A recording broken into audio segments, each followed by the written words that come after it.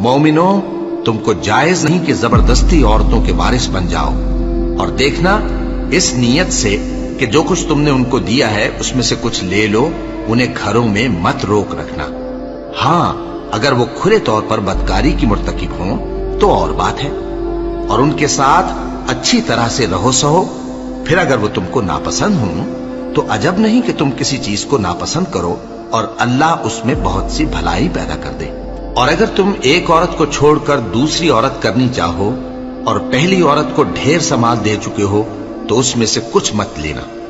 بھلا تم بہتان لگا کر اور کھلا گناہ کر کے اپنا مال اس سے واپس لوگے؟ اور تم دیا ہوا مال کیوں کر واپس لے سکتے ہو جبکہ تم ایک دوسرے کے ساتھ صحبت کر چکے ہو اور وہ تم سے پختہ عہد بھی لے چکی ہیں؟ اور جن عورتوں سے تمہارے باپ دادا نے نکاح کیا ہو ان سے نکاح نہ کرنا مگر جاہلیت میں جو ہو چکا سو ہو چکا۔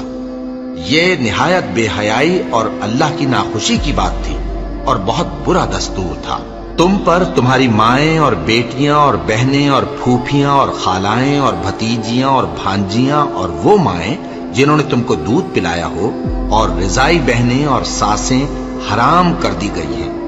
اور جن عورتوں سے تم خلوت کر چکے ہو ان کی لڑکیاں جنہیں تم پرورش کرتے ہو وہ بھی تم پر حرام ہے۔ ہاں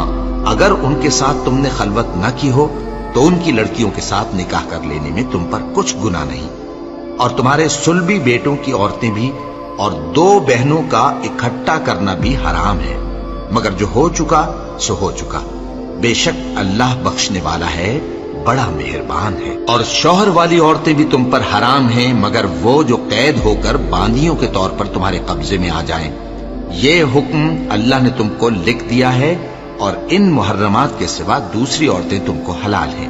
اس طرح سے کہ مال خرچ کر کے ان سے نکاح کر لو، بشرطے کہ نکاح سے مقصود عفت قائم رکھنا ہو نہ کہ شہوت پرستی۔ تو جن عورتوں سے تم لطف اندوز ہوئے ان کا مہر جو مقرر کیا ہو ادا کر دو، اور اگر مقرر کرنے کے بعد آپس کی رضامندی سے مہر میں کمی بیشی کر لو تو تم پر کچھ گناہ نہیں۔ بے شک اللہ سب کچھ جاننے والا ہے، حکمت والا ہے۔ اور جو شخص تم میں سے مومن آزاد عورتوں سے نکاح کرنے کا مقدور نہ رکھے تو مومن باندیوں ہی سے جو تمہارے قبضے میں آ گئی ہوں نکاح کر لے، اور اللہ تمہارے ایمان کو اچھی طرح جانتا ہے۔ تم آپس میں ایک دوسرے کے ہم جنس ہو، پھر ان لونڈیوں کے ساتھ ان کے مالکوں سے اجازت حاصل کر کے نکاح کر لو، اور دستور کے مطابق ان کا مہر بھی ادا کر دو، بشرطے کہ وہ پاک دامن ہو، نہ ایسی کہ کھلم کھلا بدکاری کریں اور نہ در پردہ دوستی کرنا چاہیں۔ پھر اگر وہ نکاح میں آ کر بدکاری کا ارتکاب کر بیٹھیں تو جو سزا آزاد عورتوں کے لیے ہے اس کی آدھی ان کو دی جائے۔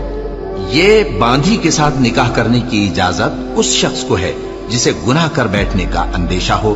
اور یہ بات کہ صبر کرو تمہارے لیے بہتر ہے، اور اللہ بخشنے والا ہے، مہربان ہے۔